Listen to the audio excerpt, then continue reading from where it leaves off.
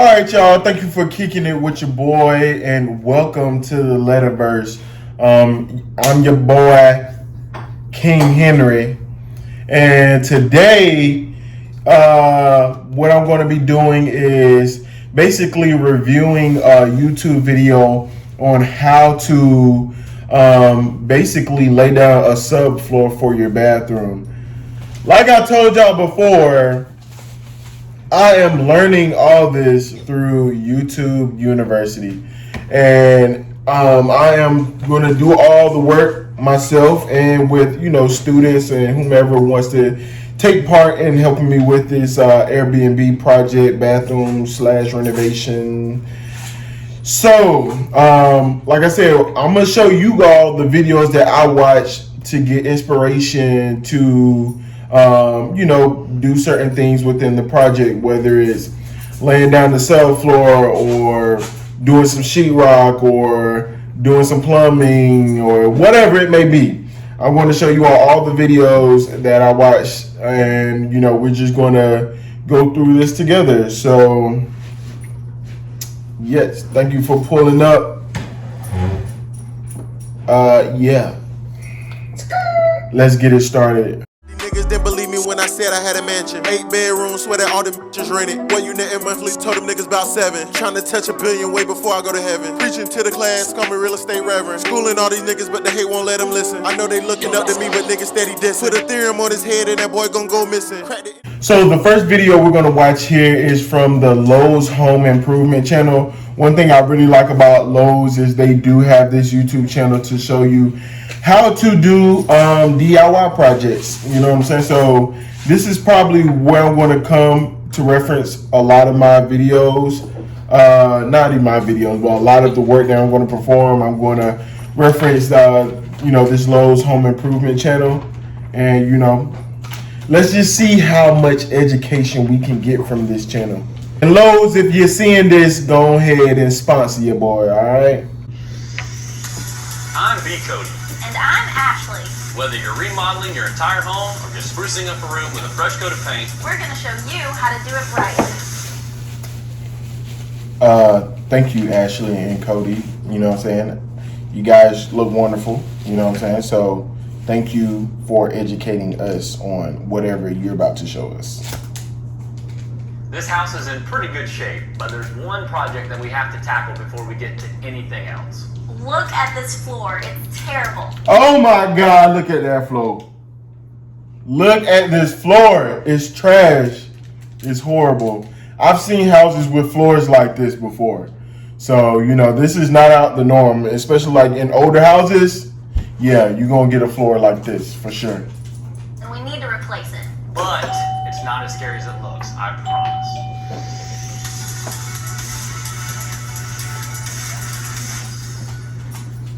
There are two common ways to build a house. The first is called slab on grade. A mold is built out of wood. All of the sewer and water lines are laid out within the mold. Reinforcement wire is added, and then the mold is filled with concrete. The second method is to build a house with a crawl space or basement.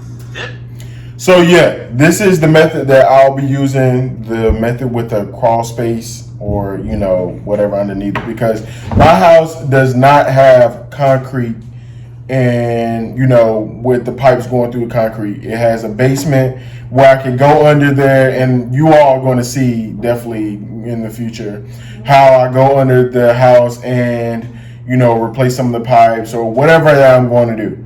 You all see it, but it's set up just like this house.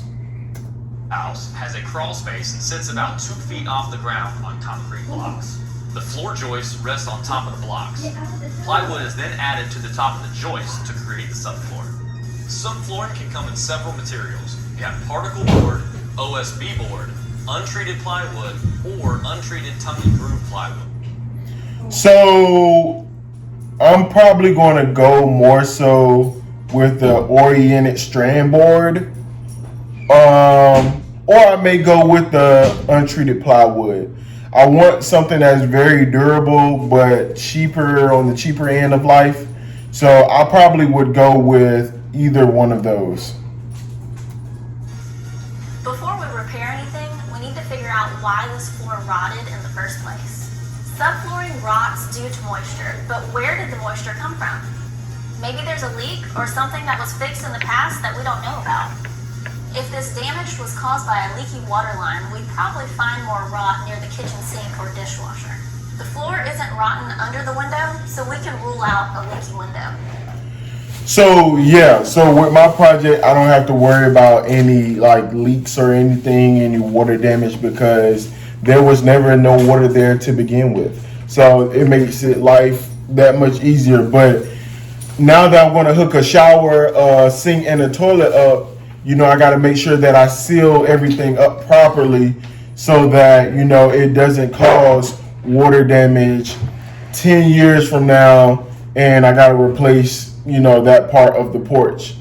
You know what I'm saying? Things happen, and you also want to just, you know, do a checkup. You always want to go into the house and see if you're having any leaks or anything, and if so, just, you know, correct it. And the attic spaces look dry.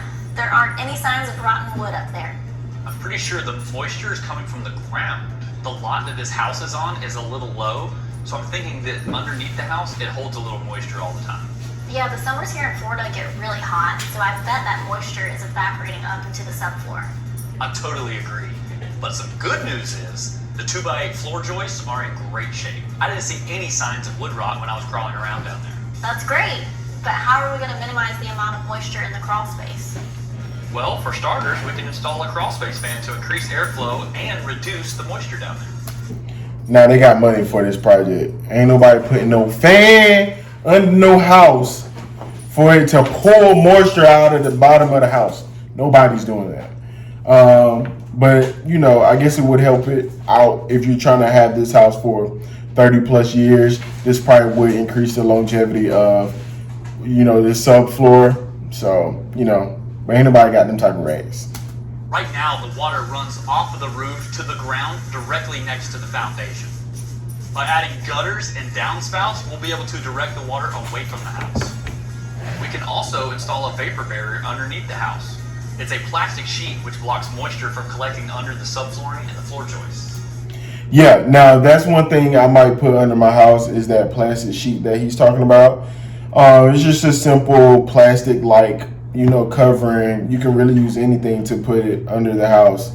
And it keeps, like, you know, the ground from getting super wet. So if you have to go under there often, you don't have to deal with a whole bunch of, like, mud and stuff like that. It keeps the ground pretty dry, so it does have multiple purposes.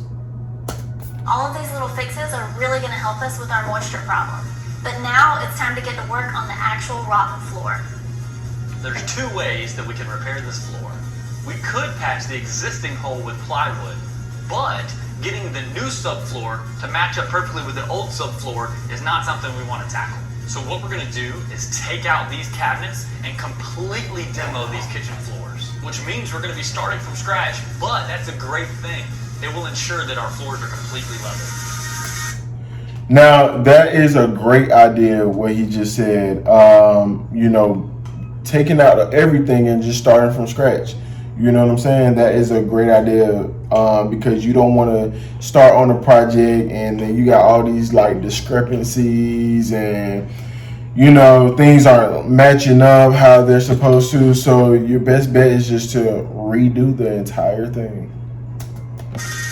There's a lot of tools we could use to cut out the subfloor. In this case, we're going to be using a circular saw. Before you start any demo, be sure you're wearing your safety gear. We've identified where the plumbing and electrical lines will be, but to be on the safe side, we're going to take it slow. We're going to cut back the subflooring a section at a time, use the pry bar to remove the subfloor and pull out any nails we find, and inspect the next section for plumbing and electrical. I started the demo by removing the rotten plywood. This stuff was so brittle, all I had to do was let the weight of my sledgehammer do the work. Man, y'all see how he's just going through it like that, bro? Like, that's wild. That stuff was really like super rotten, dried up, everything. That's wild. This part of the demo didn't even feel like work. It was actually a lot of fun. The tedious part was removing all of the nails from the floor joists. I don't know of a quick way to do this. You just have to rip the nails out one by one. The last thing we want to do is cut into the floor joist. So what we're going to do is measure the thickness of the subflooring and adjust our blade depth to match. Be sure to keep your hands out of the way of the blade while you're adjusting the depth. You're gonna get them fingers chopped off. Cutting up the floor into small squares makes ripping them up and carrying them to the trash a lot easier. But this process still took a long time.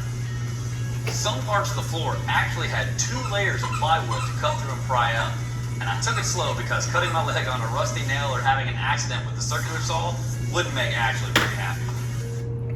And that's another thing, you guys. When you're going through these projects, go through them slow. There's no need to rush through a project. You know, go through it slow, take your time, learn, and just enjoy the process.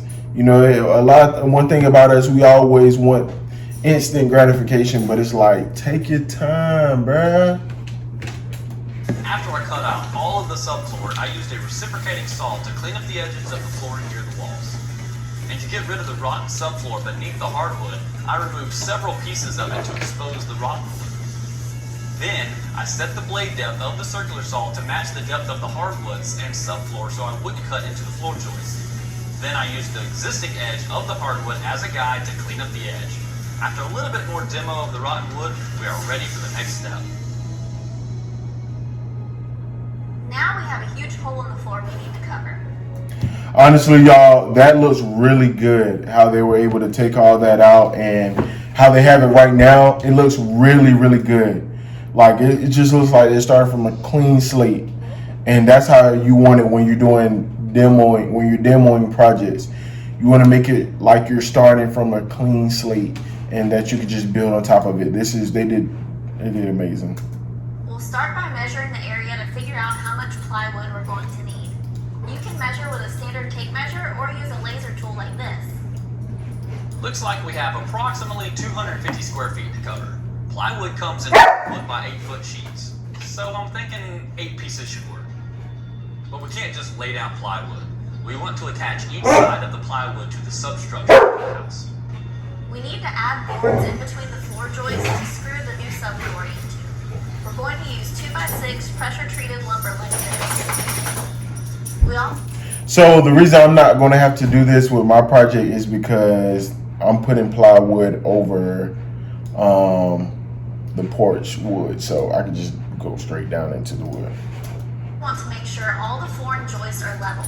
If they're not level, we'll either shim in pieces of lumber or add boards to level the floor joists. Looks like the floors are level, so it's finally time to lay down the subflooring. To prevent the floor from squeaking when you walk on it, we're going to add a bead of glue to each joist so the plywood subfloor doesn't separate later. I was thinking about buying some glue too and doing that, but I don't really think I need to because it's going to already be on top of other wood planks, so I don't think I need to use glue when I'm laying down mine. To use 2-inch exterior deck screws on projects like this with a cordless impact driver. It's important to leave a 1/8-inch gap between each sheet to allow the wood to naturally expand during the seasons.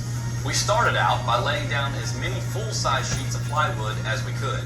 It felt really good to cover up almost half of the floor without cutting a single piece of plywood.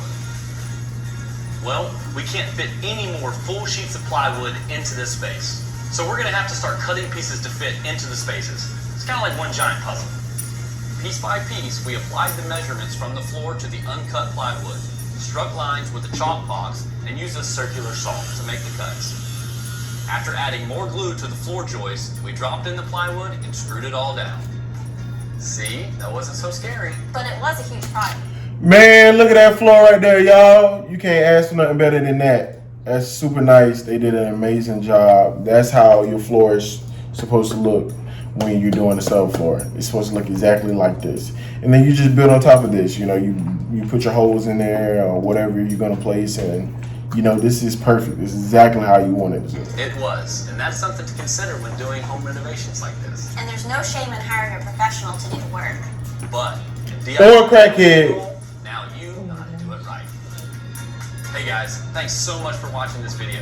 Be sure to hit the like button and let us know in the comments any questions that you have. If you want to try out any of the tools we used in this video, All right, y'all. So we're done with that video. Like I said, that was amazing information. Great information. This is exactly what I'm going to be doing this weekend. And this was just, great to show me what steps I need to take and how to be safe.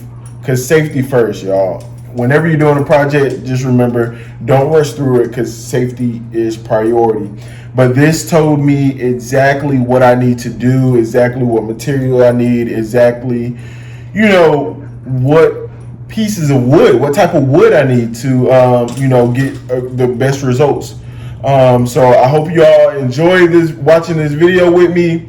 Like I said, next I'm going to go back down to the bird. We're going to work on the bathroom this weekend. And catch me in the next video. Holla. Holla back. Woo.